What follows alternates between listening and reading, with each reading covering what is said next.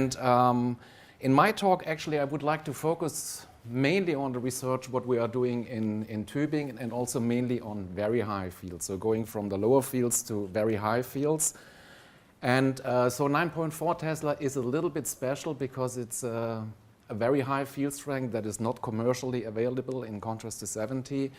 And that also means to us that we need to develop a lot of techniques, a lot of hardware, a lot of sequences. So I will mainly focus on technical advances and challenges of this very high field technique rather than, or not that much on application of this technique. So I will give you an overview of our major research topics, some from MR technology. Then the second topic, I call it, it doesn't matter, okay. I call it fingerprints of neural activation. So a main topic of our institute is brain research, computational neurosciences, and also imaging in my part. And as we can go for very high resolution, it's important to understand, well, what do we really see? Do we really see neuronal activation, or is it more blood? And so we are investing a lot of, I call it fingerprints or MR fingerprints of neuronal activation, and then at the end some structural imaging. And a little bit brief in the last part, my view of some hot topics, basically in high field MRI. So why high fields? I very often showed this slides already. This is a comparison of signal to noise ratio as a function of field strengths. And we compared 3 Tesla, 7 Tesla, and 9.4 Tesla. Of course, we couldn't use the identical coils, but they are kind of similar. So they are receive coils with 32 channels and a separate transmit coil. And what you can see on the right side, well, signal to noise is increasing a little bit, depends, well, what part of the brain you are looking at, whether these parts of the brain are more central, then you don't have this large benefit in SNR, or if they are more peripheral. And then we came up with this formula, so you have this exponent of 1.6, 1.7 that was also reproduced in animal imaging and other comparative studies of field strengths. And so it does not only increase linearly, it's also not really quadratically, but if we compare 7 Tesla and 9.4 Tesla, we have something like 40% more signal to noise than compared to 7 Tesla. So it really makes a difference to go to higher fields, and you know Minnesota has now installed a 10.5, France is 11.6, I think. That's currently the highest field strength. So it gives a lot of more SNR, and in terms of relaxation time, and in terms of, well, as I said before, it really a little bit depends on the RF coils that you are using. You can lose a lot of signal if you use bad RF coils or receive coils that are too far away from the brain. Of course, you cannot go invasively into the brain. That's why P4, that's somewhere in the center of the brain, this increase is a bit lower than for parts that are more peripheral. What is also changing is, unfortunately, into a bad direction is T1 and T2 and T2 star relaxation times.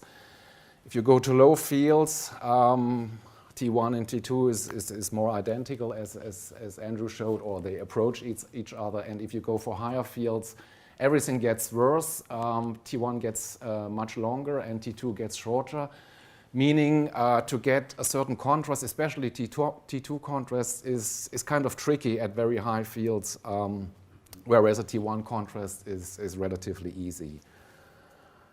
Then also T2 star, I have to go back, sorry. I don't have it. Oh, it's not here. T2 star is also going dramatically down, making it a very good tool for functional imaging. And here is a video. Does it move? Yes, we got it. Yeah. It used to. It used to. Go back and forth. It worked. Yeah. Here you can directly see the bolt effect at 9.4 Tesla without any post-processing. So this is finger tapping, you just make images, and just the gray values are changing so heavily that you directly, well, it's basically a large vein that you can see here probably that changes its oxygenation. So it's perfect for functional imaging, and that's one of the main topics that we're doing in Tübingen. Here I have a comparison of the benefits of the field strengths, which I have already shown. These three images, they have been acquired around the same time, 2003, 2005, and you can clearly see what field strength helps. You can increase the resolution, you have more T2 star contrast, and signal to noise gets better, and so on and so forth. So that's a direct benefit to going to higher fields. And here in the second row, I have a further example. Now, the field strength is more or less identical, 1.4, 1.5, 1.5 Tesla, but that one has been acquired 50 years ago, and this one 30 years ago, and this one 20 years ago. And you probably agree the increase in image quality is much higher at the same field strength. So I mean in the lower example than in the top example. And I think the reason for that is, as also has been mentioned, that's MR technology. So we have, spin polarization is identical, but we have much more better gradients, faster gradients, better RF technology, and also a certain development in sequences. So at that time, 2003, I think there was no parallel imaging, no acceleration, not sure, no, didn't exist really. And that's why I think, well, going to high fields is certainly important, but then you also need the techniques, the technology to really take out all of the signal that you can get inside the brain. And that's why I think the MR technology, especially at very high fields, is very important. So these are the main four topics we are working on, as I said before: fingerprints of neural activation, structural and metabolic brain imaging. I will not mention this in too detail. We are also having, we have coils for carbon-13, for X nuclei, for phosphor, for sodium. As I said, MR technology, that's very important, and I will start with this one and skip the neuroinformatics. So as this is not a well, you can buy the system, but you cannot really buy coils, RF coils for this system. So one major part that we are doing is developing dedicated high-performance RF coils for 9.4 Tesla. You cannot buy them, there's no vendor.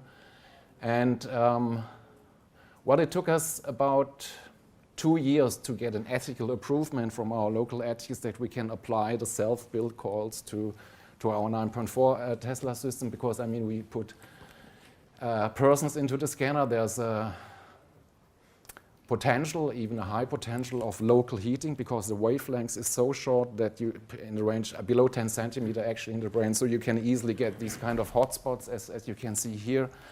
And we need to do all the electromagnetic simulations, do measurements on phantoms, heating measurements. And unfortunately, the electric field cannot be measured, which makes the specific absorption rate cannot be measured in tissue directly. So we need to go via the B1 field and heat measurements. And it really, so we have basically two designs of coils shown here. Here on the top, you can see top right, that's a helmet that's put on the brain of the volunteer, and the receive coils are relatively closely to the brain. And then in the second layer, that's on the top left, we have the transmit coil. One channel is not possible at these wavelengths, so we have, in this case, 16 separate transmit channels that transmit the RF power into the brain, and then it's locally received by these receive coils. And on the bottom, that's transmit and receive coil. So one coil both does transmit and receive, has advantages and disadvantages. And here on the right, you can see, I don't have a pointer. So the differences in SNR between these two coils. And so red is good. And if you look at the same images of the top coil, that's a little bit yellowish. And that means already a loss of 10% or 20% of SNR. And as I said, we use the 9.4 because we have 40% more SNR. And that's why we should not lose any SNR with, what's going on here? Have it here now. With any bad coils. What is continue? Yeah, that's probably just, yeah, continue. If you get it. It's on that screen now. So you should bring it back. Yeah, but the continue is not here. Yeah, you should find where your other screen is. Aha. Where is it? It also works without point. To find. Okay, here it is. I don't know what. I have a new window now and cannot see my slide, but I'm just trying to find your mouse back I don't know, because it's moving there. we have two screens. Or is it? it's fine. Yeah, but I need to bring it back here. And I need to find where it is. Maybe the because right it's a side. dual screen. Here it Ah, is. come on. It was on the right. Now, shift what? It will come. We'll manage. And don't care. We'll manage. Don't worry. Yeah. Coming. No, too complicated. I will. It's fine. It's fine. No problem. Hopefully, no, sorry.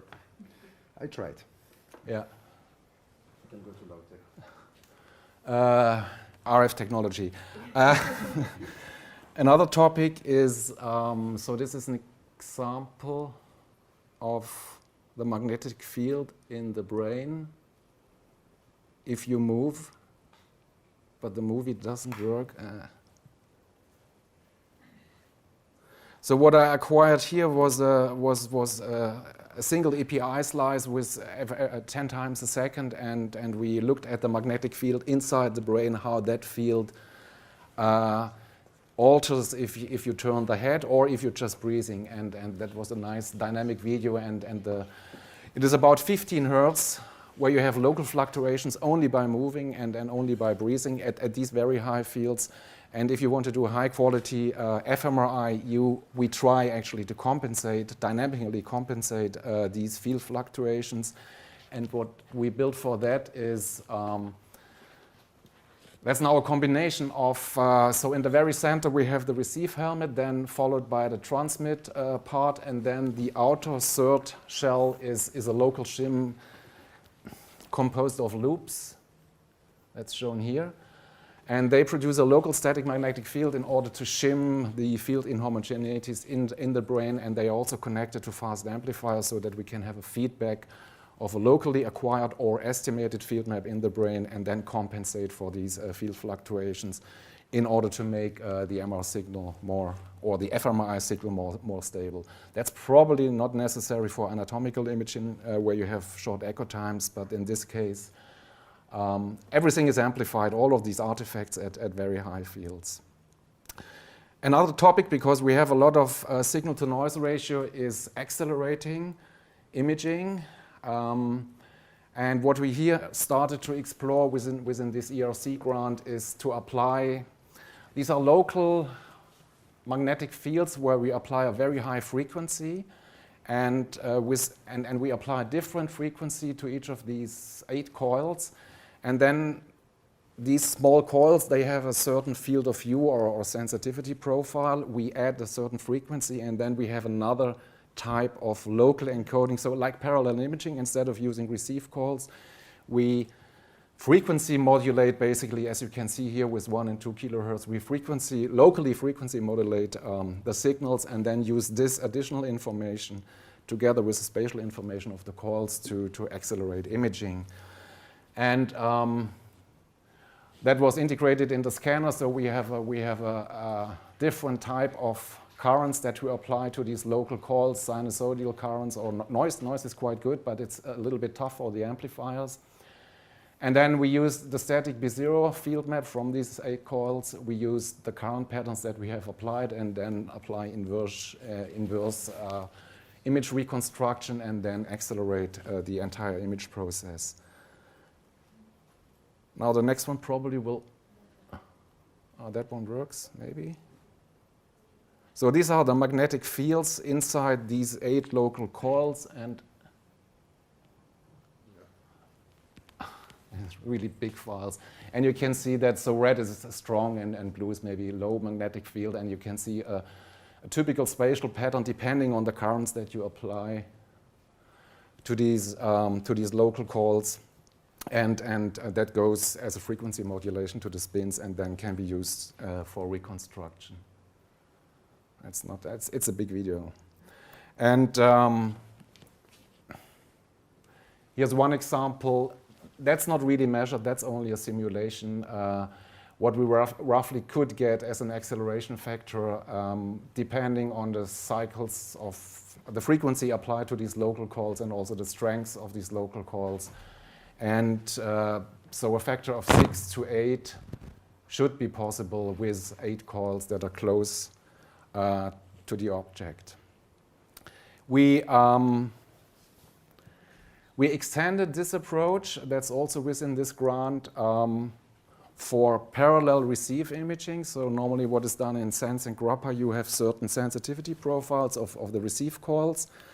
But these sensitivity profiles, they are completely static, and you just measure them before and then apply it to the reconstruction. And what we are now trying to do is to modulate these sensitivity profiles during the acquisition process so that we have another degree of freedom that we can then use for reconstruction.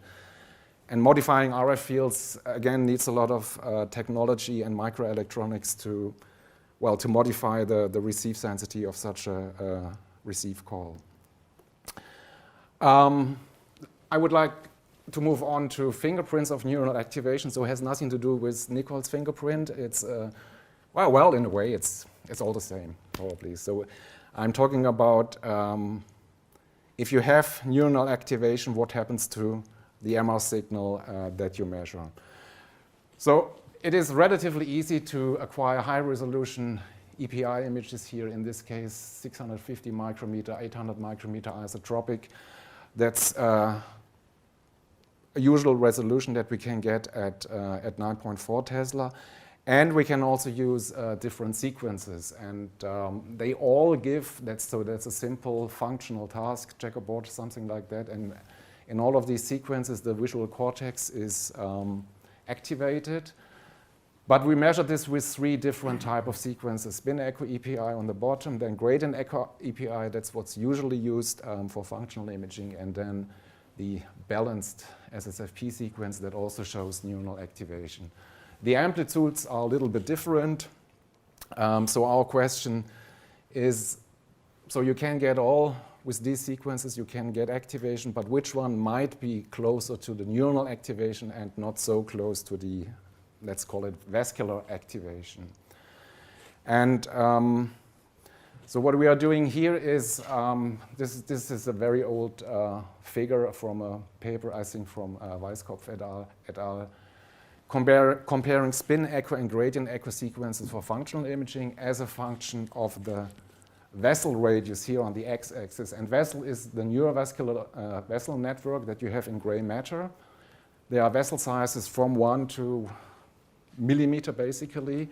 And on the y-axis is the response of the sequence as a function of the vessel size. And you can see the SE, the spin echo, they are mostly sensitive to small vessels, around 5 to 10 micrometers. So only to something what is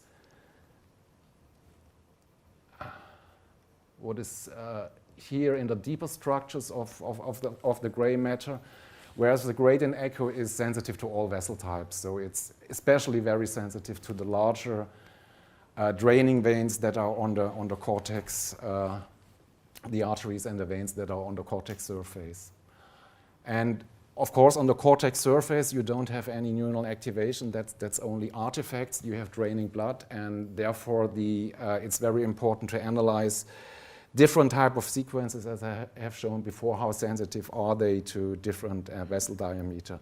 And also the resolution, how important is resolution? Can we really separate, with a high resolution shown here on the right, can we separate off the large vein effect, or is that actually not possible?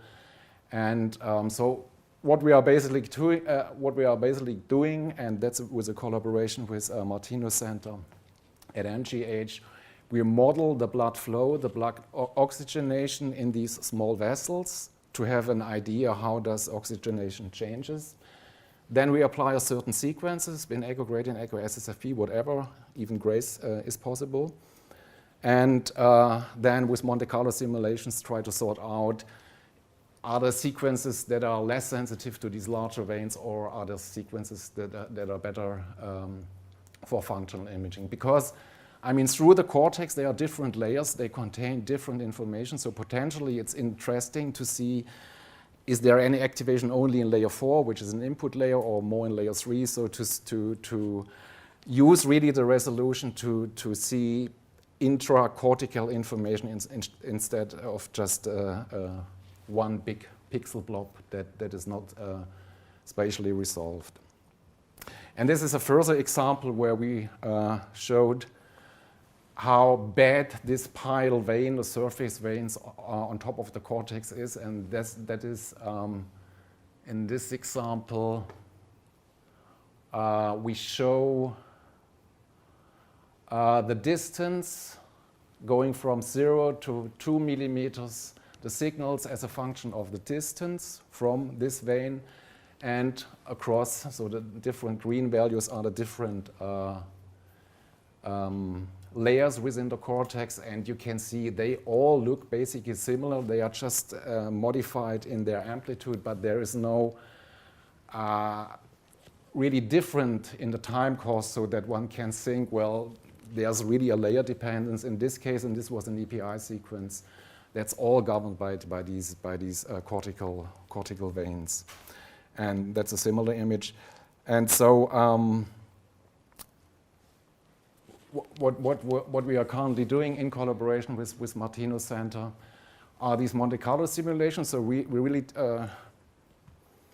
either we have a real vessel model from animals, for example, 2-photon microscopy. You can get these neuronal vessels with a 1 micrometer resolution, and then we do the random walk within such a real vessel network, or we just take randomly oriented cylinders with different diameters. And then we take one piece of proton or water molecule and start random walk and acquire during this random walk within the echo time all the phases during this very inhomogeneous magnetic field, and then at the end add everything up and see what the results are. And this is an example of such Monte Carlo simulation. So again, here on the left, that's the gradient echo, and that is sensitive to all types of vessels. So that's, again, the vessel diameter, and it's starting from 5 micrometer. It's always sensitive. The spin echo is only sensitive to the smaller ones.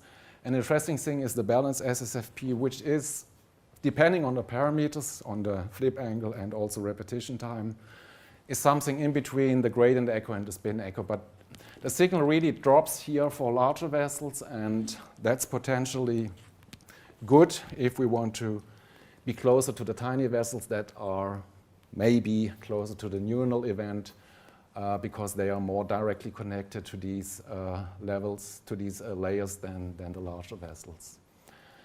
And so that's some work where we just try to understand what can we expect actually from the fMRI signal. Is it only veins, or do we have really a possibility to go closer to the neuronal event and therefore use probably different sequences? And the nice thing with the balanced SSFP is it has no distortions at all. So you can directly map it on the MP range, and you can do layer segmentation. That's completely easy because it's a completely distortion-free sequence. Then further to investigate what's going on in the brain during neural activation, we designed so-called spectrometer on a chip. That was actually started here some long time ago within the department of Popovic, Giovanni Borio and Jens Anders. They also worked a bit on magnetic field sensors. And what we have integrated here, so that's together with the University of Stuttgart, There's a fully integrated spectrometer. So at the tip, so this is roughly 300 micrometers. At the tip is the RF coil, transmit and receive.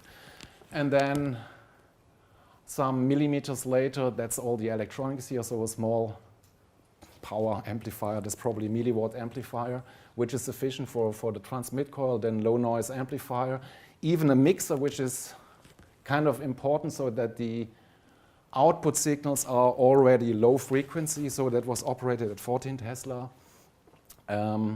amplified and low frequency, and then it's easier to get a signal out of the magnet than the high frequency.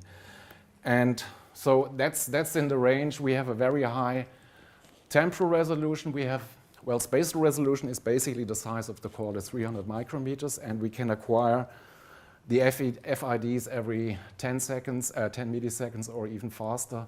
So we don't need any gradients for spatial selection. We just acquire the signal around this small coil and try to see what's going on in the brain if we have activation or if we activate the animal. Of course, this is an invasive procedure. These are some images how the needle looks like. So it's mounted on a PCB and then on a second PCB for amplification, and some images made with a very high signal-to-noise ratio and a very high resolution of 15 micrometer isotropic in a phantom. And then we used that for in vivo measurement. So it was implanted together with a larger surface coil into the cortex.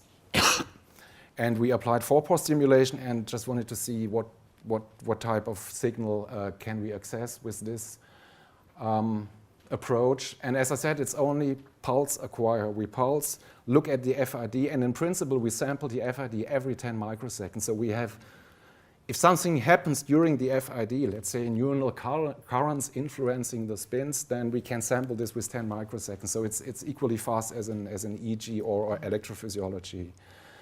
But in the first measurements, we only quantified T2 star and M0, which is basically inflow, and you can see finally our results here with 5 milliseconds. Temporal resolution, that's the green one. Left 4-pore was stimulated, and it was on the right motor cortex, and here the right pore was stimulated, and there was no response. It's the top one here, yeah. Great, thank you.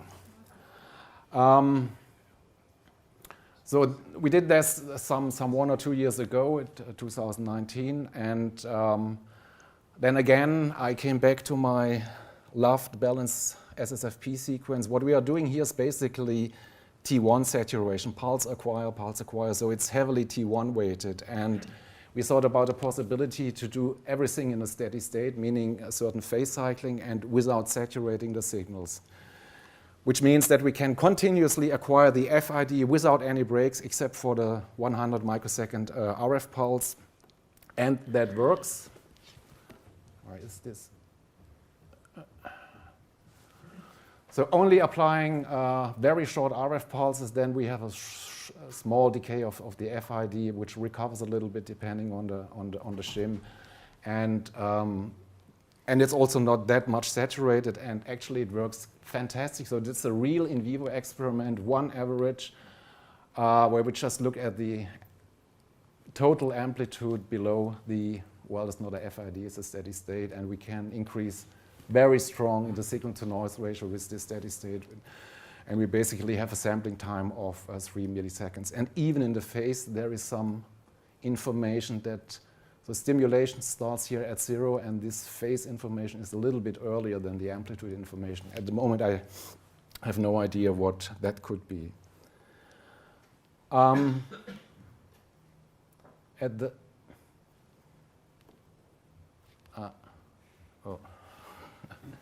I would like to move to my last part, which is anatomical imaging. So that's how 9.4 Tesla looks like. No contrast.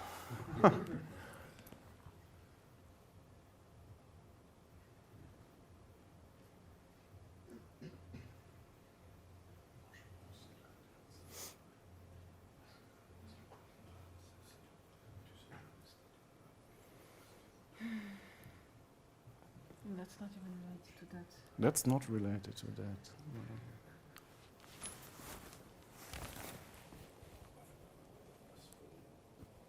Oh, okay. Did you see something or not?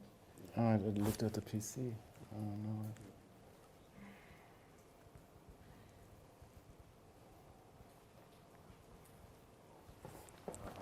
Now it works. Okay, don't move. Yeah, I need to move. Only 3 slides for anatomical imaging. That's important because if we go to high resolution functional imaging, we need to know the underlying anatomical structure in order to identify different layers or other subcortical features. And this does not work. This should be a video with an MP2 range of 0.6 isotropic through the brain. And then I skip that and show one example. So this is kind of the image quality. I think that's 0.6 isotropic. That's even quantitative imaging with just one inversion pulse, very simple.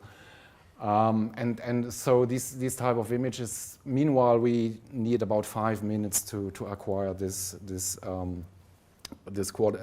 type of quality.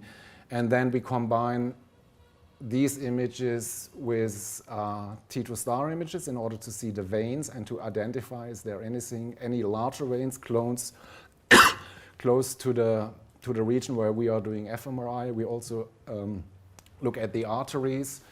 We fuse this all together. We do segmentations and then try to find different layers within the cortical matter and then go back to the simulations with these anatomical data and to see what different sequences will produce, what kind of different contrast different sequences will produce. And finally, Nicole, because you showed us, we are also doing quantitative imaging and also AI.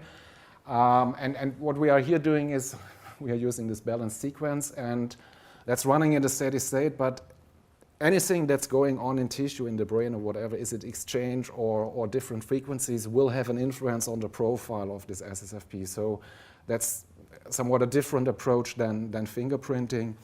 So a lot of tissue properties are directly encoded in the shape of the impulse response function of the balanced SSFP. And if we have a ground truth, then we could directly look at this profile and then try to assess different properties in the brain. Okay, that was, sorry to be late, quick overview of what we have done. And I will mainly a little bit show the situation in Tübingen because, as I said, we are mostly doing MR technology. And of course, we have volunteers and we try to do functional imaging. But these are the only applications. The functional imaging is the only application. But I think especially at high fields, one could have much more applications with volunteers or even with patients. And the problem is in Tübingen that, come on. This is a map of Tübingen, and the Max Planck campus, so these are 3 Max Planck institutes, is somewhere here. And the university hospital, so where really the patients are, it's not that far, it's about 4 kilometers, but it's not on the university side. So we very often try to get patients for brain imaging from neurology, from psychiatry, to really to apply this technique, and it's basically impossible. Because clinicians don't have that much time, or whatever reason, it's really complicated. So we had maybe 5 tumor patients, we had 5 Alzheimer patients within the last 10 years. So with the system being located here a little bit offside, it's practically impossible to get patients and to look for diseases actually. And that is sometimes a little bit a problem because, I mean, all this equipment, these scanners here, they were quite expensive and everybody is expecting we need to heal all patients or find new killer applications with high field. And I'm sure there are killer applications, but at our side, we really don't have the possibilities to go more into applications because the collaborations are kind of complicated. And I have also the feeling that it's also true for 70. If a 70 is not really located in a hospital, it is hard to do research on patients, to apply all these new technologies really to patients instead just for volunteers and phantoms, which is also important. It's a prerequisite, this technology, but at some point there should be a shift to the patients, which is not the case in Tübingen. I think the Vienna hospital is certainly one where the 70 is directly in the hospital. There are some others, but most are kind of off-site. And then it might become difficult to do studies on patients, which is at the end what everybody wants to do with these high-field systems. And I just clicked this through. So what I think could be interesting for patients is brain metabolism, especially if you go for these other nuclei. Brain energy metabolism, for example. Deuterium is very on the hype at the moment for tumor diagnostic. Brain vasculature is certainly very important. Reto is here who could confirm that. We can very nicely see even very, very small vessels down to 100 micrometers, which is very important for certain diseases. Brain microstructure, QSM, iron, and so on. And of course, big data, we heard a lot of artificial intelligence and similar things, but I think these techniques so far have not really that much been applied to high field, and I think there's a very high potential to use machine learning, artificial intelligence with these high field data, because there's much, much more information, or less noise, that's more information inside, and I am sure you can extract much more data than at lower fields. And that's what I already had, and thank you for your attention.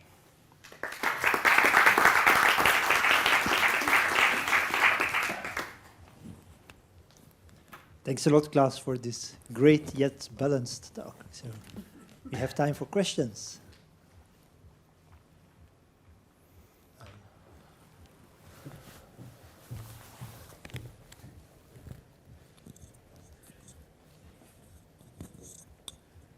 Hello, I thank you for this very interesting talk.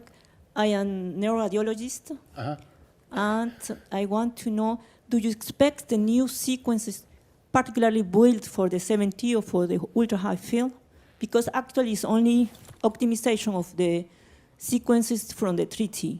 Mm-hmm. Do you expect a new sequence to build only for the 7T or for the ultra-high field? I think these are basically the same sequences, but well, of course, adapted to these very high fields and adapted to what you want to see at the end. But it's just the fact that you have more signal and therefore also much more information. And I have a little bit of feeling that so far has not been really explored on patients systematically, because there are not that many 70s. And yeah, and as I said, I don't know, but about 80% of these systems are somewhere out in these physics departments or electrical engineering, and it's difficult to get patients access.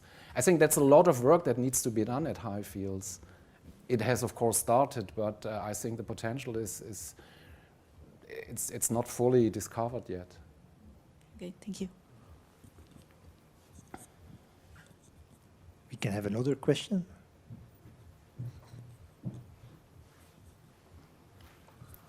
Thank you, Klaus, for this excellent talk. You say that the translation to clinic will be one of the key issues. Could you give us some advice on how successfully to do it and what error? Put a system into a hospital. That's all. And try to find sufficient clinical doctors, clinical scientists who wants to work on that system. I think that's make really a tight link between the basic research and then the application. I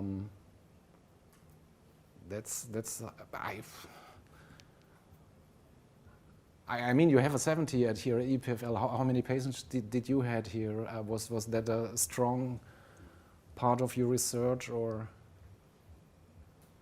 I mean, the technical developments, they are of course important, and you need to do them, and I'm happy, but at the end I always think it should go to the benefit of the patient at the end, and I see the potential for high fields, but it's not really explored in all details, because yeah, it's not sufficiently clinically used, I think. Leiden, of course, they're the 70s also in the hospital. That's a perfect arrangement. I have a question a bit in the same line. So, do you need acute patients? Is that why it's difficult? Or is it just because you don't get the access to patients? Because technically, if they're more chronic, well, acute patients are, of course, very difficult. But the tumor patients that we had, they were not really acute. Alzheimer is not that acute. But they need to be accompanied by a clinician. If they travel from the hospital to the Max Planck, it takes altogether 2 or 3 hours where they cannot work, basically.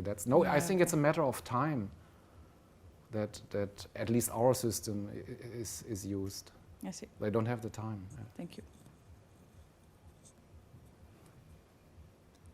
If I may add another question, fMRI at less than 1 millimeter, motion, of course, is a big issue. Could you say a little bit how you accommodate for that? We hope we have good volunteers. No, we have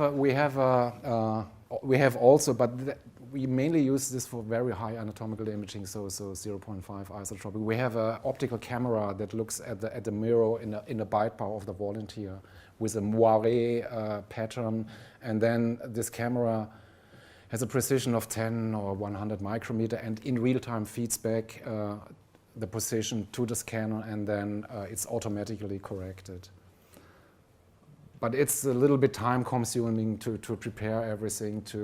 We need the tooth clinic for the bite bar, and but that is probably the best system you can have. Okay, last question, or everybody's getting hungry? Okay, let's thank Klaus again. Thanks so much.